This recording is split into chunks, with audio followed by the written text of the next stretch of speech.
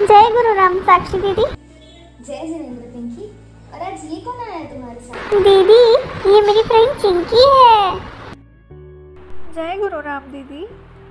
कल आपसे सीखी हुई सारी बातें मैंने इसे बताई तो है ना, इसे बहुत इंटरेस्टिंग लगी, तो आज इसीलिए मैं इसे भी अपने साथ लेके आई हूँ। ऐसे ही बताने सिखाने से ही तो ज्ञान बढ़ता है। Good, keep it up Pinky. Sakshi दीदी, आज है ना हमारा सब प्रवचन में चौथे आर्य के साधुओं के बारे में फरमा रहे थे। आप मुझे उनके बारे में थोड़ा बताओ ना। हाँ, क्यों नहीं। चौथे आर्य में साधु जैसा कहते थे वैसे ही वो क्रिया करते थे, जैसे हमारे आचार्य श्री राम, जिनकी कथनी करनी एक समान है, इसीलिए उनको क्रियावान की उपमा दी गई है और उत्तम चरित्र का पालन करके वो सबको सुहावने लगते हैं। तभी तो हम कहते हैं क्रिया चारु चरित सवाया, मानो चौथा आरा आया। अच्छा, अब मैं कभी नहीं बोलूंगी।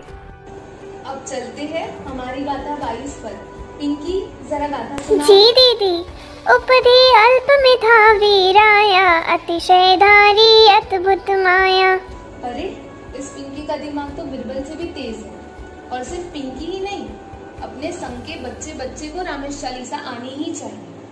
तो चलो अब मैं तुम्हें बताती हूँ उपधि अल्प में धावी राया, अतिशय धारी अद्भुत माया। इसका अर्थ, साधु का जीवन वैसे भी मर्यादा पूर्ण ही होता है, पर आचार्य भगवान उस मर्यादा में भी और मर्यादा का पालन करते हैं। जैसे वस्त्र, पाट, पाटला, पात्र, ये सभी जो उपधि है मतलब उपकरण है, वो कम से कम प्रयोग करते हैं।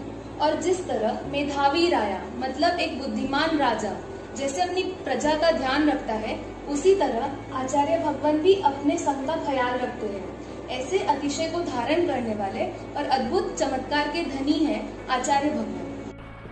दीदी, इतना गहरा मीनिंग। गुरुदेव को हमारा नमन। हाँ चिंकी, क्रिया जितनी कठिन और उपधि जितनी मर्यादित, उतना ही गहरा ज्ञान है हमारे आचार्य भगवान को। तभी तो उन्हें बहुश्रुत से भी उपाधित किया जाता है। बहुश्रुत ये शब्द 23वीं गाथा में भी तो आया है।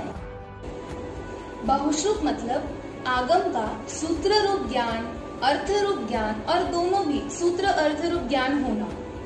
और ये तीन शब्द प्रतिगमन की आग में तिले पाठी में भी तो आते हैं। सुत्तागमे, अर्थागमे, ततुभयागमे। तो ये है बहुश्रुत का अर्थ।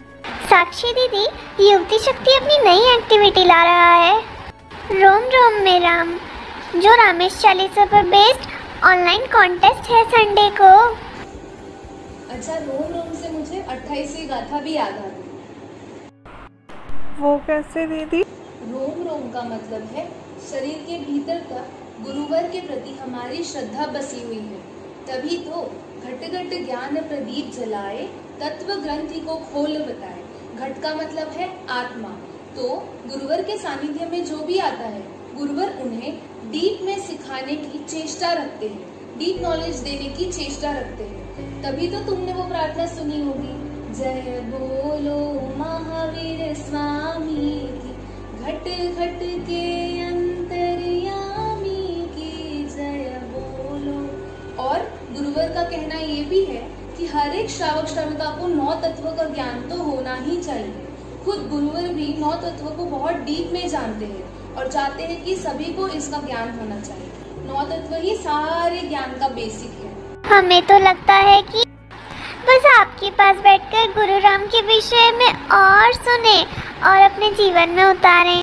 जरूर चिंकी पिंकी, हम ऐसी बातें और भी सीखेंगे, पर आज के लिए बस इतना ही। जय गुरु राम। जय गुरु।